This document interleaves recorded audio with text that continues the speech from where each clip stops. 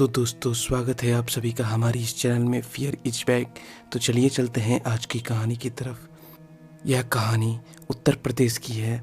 मैं डासना नामक एक कस्बा 52 नाम से प्रमुख है। यहाँ एक हवेली की तरह बनी है जिसमें 52 कमरे हैं। इन कमरों का भी अपना एक रहस्य है। बहुत साल पहले इसमें एक बनिए का परिवार रहता था। इस परिवार में उसकी पत्नी और बेटे और उनकी पत्नी निवास करती थी। पैसे की कोई कमी नहीं थी। बनिए का एक ही पुत्र था।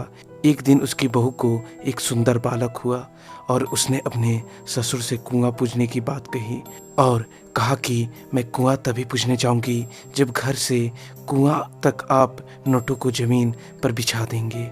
बनिए की पत्नी को यह बात अच्छी नहीं लगी और उसने मना कर दिया। उसने कहा कि हम लक्ष्मी को पूजते हैं, इस पर पैर रखना अच्छी बात नहीं है। पर जब बहू ने कहा कि अगर आप ऐसा करते हैं तो आपको बहुत सी दौलत और सोने भंडार मिलेंगे, ससुर को ये बात बहुत अच्छी लगी और उसने ऐसा ही कर दिया। 1 किलोमीटर की दूरी जो कि घर से मंदिर तक थी, वह तक नोटों को बिछा दिया गया। बनिए की पुत्र वधू इन नोटों के ढेर पर चल पड़ी, परंतु जब वह वापस लौटी तो सारे नोट कोयले बन गए।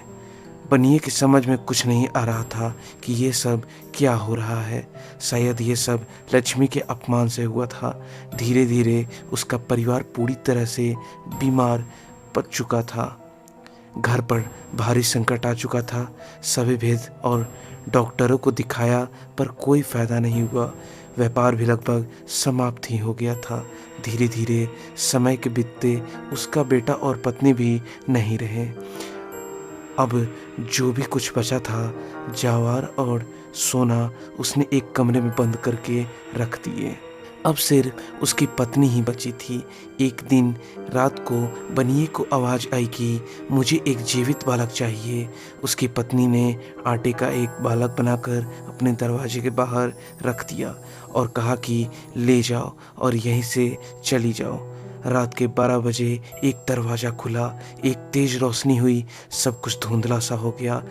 जब थोड़ी रोशनी हुई तो आटे के बालक की जगह एक नाग ने ली थी।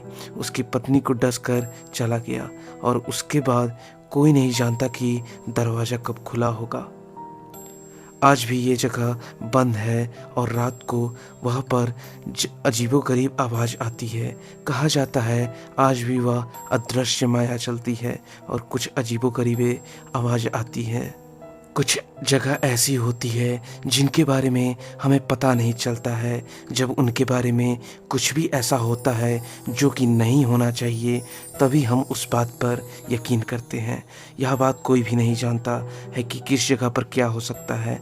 कभी हम अनजाने में उस जगह पर चले जाते हैं या कोई भी लालच हमें उस जगह पर ले जाती है। और उस हवेली पर उसके बाद से ही भूतों का साया मंडराने लगा और उसके करीब कोई आने जाने से हमेशा डरता था और अभी भी डरता है। तो दोस्तों, हम फिर आपसे मिलते हैं अपनी एक सच्ची अगली घटना के साथ। तब तक के लिए चलते हैं। धन्यवाद।